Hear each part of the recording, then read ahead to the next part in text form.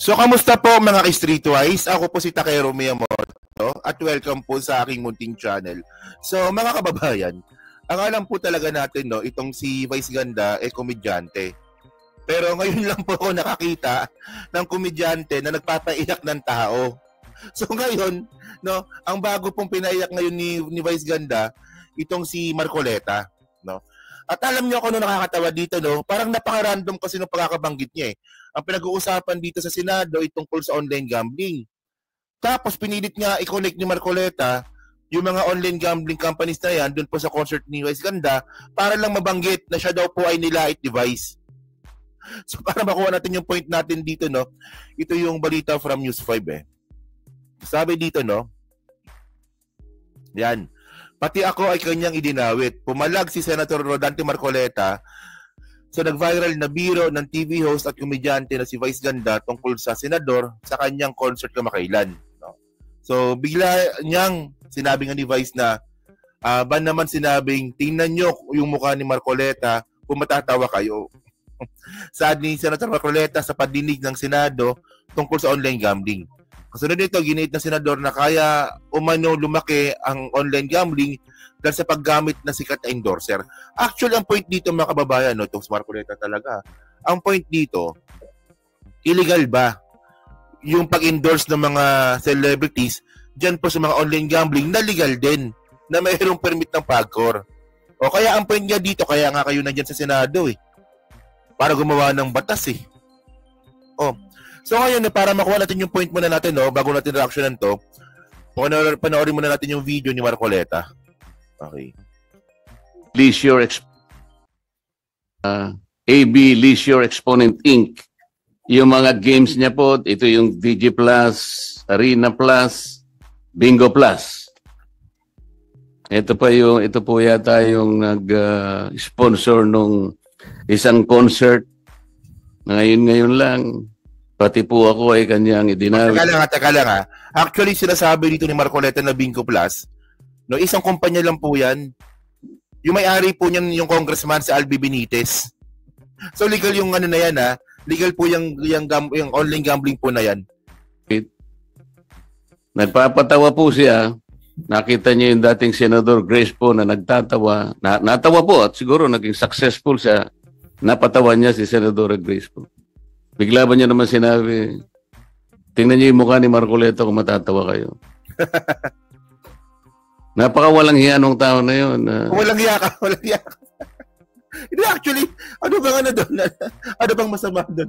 Hindi, kasi, tingnan niyo naman yung mukha ni Marcoleta. Oh, sa tingin niyo ba matatawa ba kayo kay Marcoleta pag nakita niyo yung mukha niyan? Napakaseryosong tao niyan. Oh. Tingnan niyo yung mukha nito. Oh. Puta, maalala ko pa lang yung 2,000 kuryente na libre. Puta, hindi na ako matatawa dito eh. Hindi kasi, yung mukha mo kasi Marcoleta, no? Napakaseryoso mong tao, tapos pikon ka pa. Ito nabubuhay sa nakaraan si Marcoleta eh. Hindi ba alam ni Marcoleta na ngayon po, no, digital age na nga po. Tagal na eh. Di ba ngayon, kapag pikon ka, talo ka. Ngayon, pinapakita mong pikon ka, lalo ka nga asa rin ng mga tao ngayon. O tinan mo nga, no? Si Enzo Recto, pati yung vlog niya pinatulan mo. No, tinawag ka lang na manlilin lang. Manlilin lang ka naman talaga. Manlilin lang ka. Walang iya ka. Oh, hindi ka na nga nakakatawa, manlilin lang ka pa. O tingnan niya, sabi niya dati, hindi daw po siya Duterte Black. O, hindi naman ako Duterte Black eh. Pero ang ending pala, Duterte Black pa rin pala siya. Oh. O yung 2,000 libreng kuryente, anong tawag mo doon? Nabanggit mo na ba ulit yun? Mula nung naging senador ka? Nasabi mo na ba ulit yun?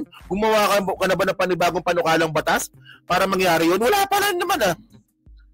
Oh. So manlilin lang ka. Oh, hindi ka na nga nakakatawa, manlilin lang ka pa. O masyadong pikon. Pikon ka masyado. And by the way, mga kababayan, no? Ito para naman tanga to si Marcoleta. Hindi ba naisip ni Marcoleta na talagang may mga taong galit sa kanya? Especially kung ito po ay galing sa ABS-CBN.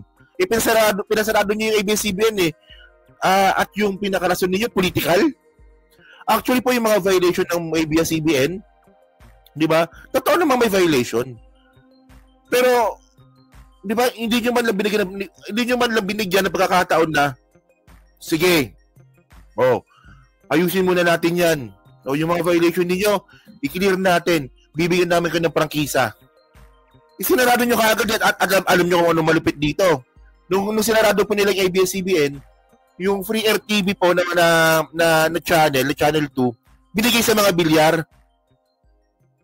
O, di ba? Sino ba naman di maasar sa'yo?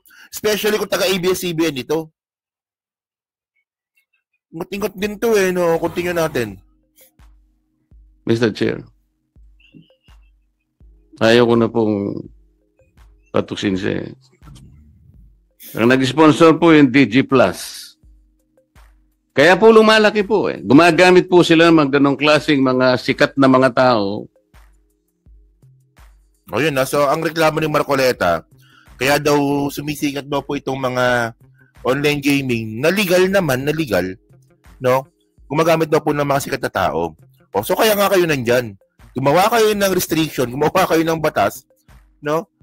Kung ano ba, kung ipagbabawal nyo ba yan, or meron kayong restrictions nga, di ba? Ayaw ko dito. So, hindi, kunwari kung ako, tatanungin ninyo ako, kung ako ba, pabor ba akong iban yung mga online gaming, no? Para sa akin po kasi, no, medyo malaki po talaga yung kinikita ng gobyerno po diyan. Teka lang. Research ko natin ako makikita ko, So ito nakita ko na, no. So bali pala yung projected pa lang kita ng online gaming dito sa Pilipinas, no. Online gaming pa lang to, So 2.58 billion pesos ngayong 2025. Projected po ito, So bali 100 billion pesos, no?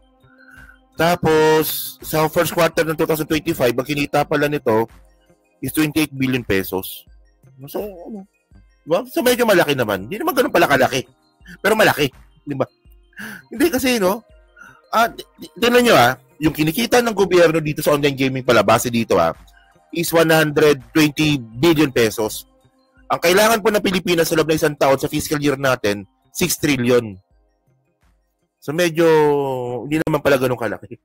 So kaya pala, so by the way, problema na ng mga senador yan at ng mga congressman natin yan. No? Ang pinag-usapan na ngayon natin dito, si Marcoleta at si Vice Ganda. So ngayon mga kababayan, so hindi pa po nakakapanood nung nirireklamong video nga po ni Marcoleta kay Vice Ganda. So sana huwag tayong makapirate, no? So subukan natin i-play ito dito. Play natin to. Ito yun Maganda ako. Wait. Forward natin. Banda dito. Yan. Ay mo pang PNA yan? Sumali yung beauty contest!